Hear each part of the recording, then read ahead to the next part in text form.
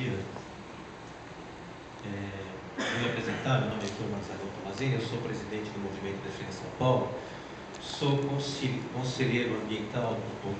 representante das entidades ambientalistas no Conselho, já estou há 7 anos lá, fui conselheiro ambientalista em Cádiz durante 6 anos,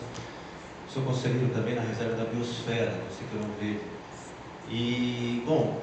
o Defenda São Paulo tem um papel de discussão de políticas públicas no município de São Paulo há muitos anos. E é claro que vivemos um desafio na questão das enchentes, né? E da própria urbanização da cidade. É um processo histórico, mas que se apresenta num novo desafio, já que há a continuidade de ocupação por pessoas dentro dos ambientes urbanos. E que pese a questão da mudança de regime de chuvas, face a questões globais, face a questões de El Niño, há também o processo de urbanização também transformou o regime hídrico da cidade e da metrópole como um todo, né? Eu também fui vice-presidente do Instituto Brasileiro de Proteção Ambiental, durante 4 anos, e fizemos várias discussões também com relação a essa questão da urbanização e das consequências do processo de urbanização e do processo de um planejamento que não tenha vertente para essas questões ambientais, ou seja, muitas vezes o planejamento é de cunho econômico, a gente sabe disso, com aquela questão do desenvolvimento urbano, sem que considere o peso das questões ambientais, sem que se considere o peso da saúde humana, da saúde urbana, das deseconomias que esses processos acarretam a todos nós. Quer dizer, esse é um novo desafio que nós temos que encarar, e a sociedade civil ela já vem apresentando, se manifestando tecnicamente,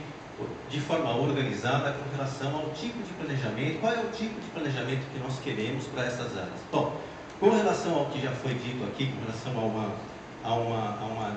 desintegração, né? Não temos um planejamento integrado, nós temos um planejamento desintegrado, que face aos 39 municípios que não conversam. Há resistências políticas na transformação de um ente político metropolitano, porque há certamente uma perda de poder político dos prefeitos e uma perda de poder político também do governador, ao se criar um determinado tipo de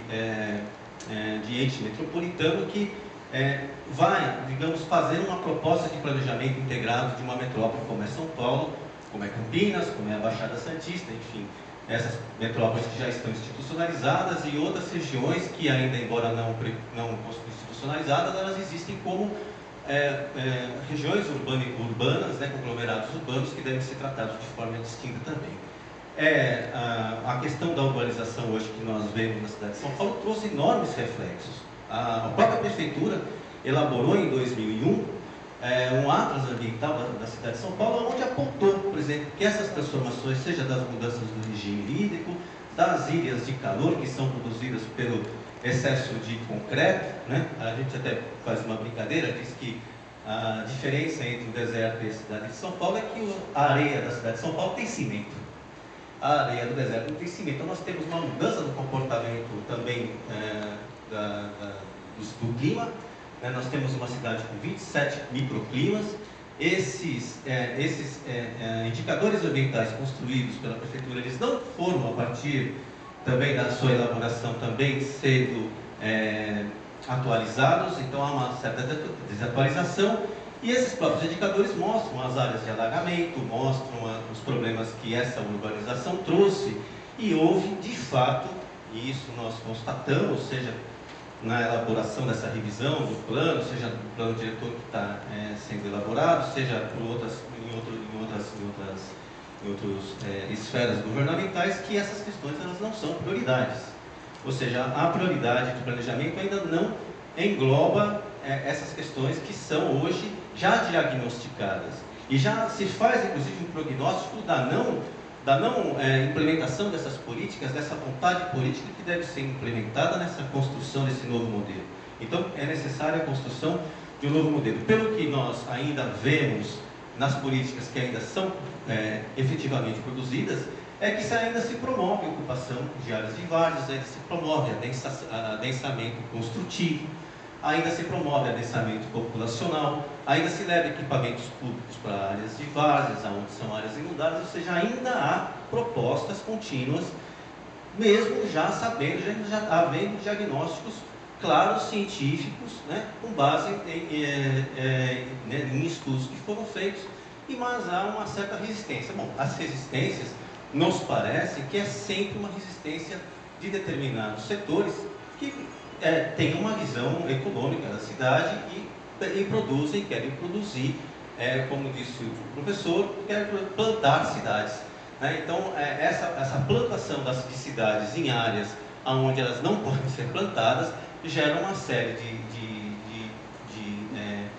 resultados danosos à sociedade, danosos a cada um de nós que moramos aqui e, portanto, essas políticas devem ser revertidas.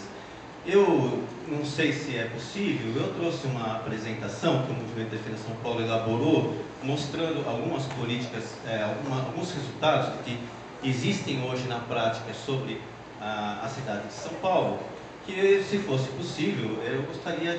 precisaria de uns 20 minutos para apresentar, não sei se é viável. Mas é certo também que é necessário que o município de São Paulo, que já tinha previsão legal no próprio plano diretor, que se fizesse um plano de drenagem e, obviamente, considerasse todos esses aspectos, inclusive a questão da geotecnia, né, uma carta geotécnica para a cidade, construído junto nesse plano de drenagem urbana, que efetivamente, até por mandamento legal, tem que estar associado ao plano da macrodrenagem do Alto do Tietê, mas também é necessário exigir que os outros 38 municípios também façam, e façam de forma articulada, porque o próprio plano de macrodrenagem do Tietê, ele acaba ficando, digamos assim, insuficiente se ele também não tem como também se apoiar nos planos das cidades, numa cidade principalmente como São Paulo, ou seja, há decisões políticas que devem ser tomadas e elas acabam sendo insuficientes quando você não tem um conjunto de informações também construída pelos 39 municípios que formam a região metropolitana. Quer dizer, é necessário também esses estudos, além de todos aquele que já foi dito aqui, que é absolutamente necessário para a gente tentar iniciar um processo de correção que passa, obviamente, pela vontade política, pela mudança de postura, né, pelo novo paradigma e um enfrentamento dessas questões, que é um enfrentamento político, de interesses, alguns econômicos, outros eleitorais, outros, enfim, de outras questões que a gente deve fazer uma discussão iniciada aqui pelo Ministério Público para que a gente possa progredir e avançar nesse sentido. Por enquanto é isso.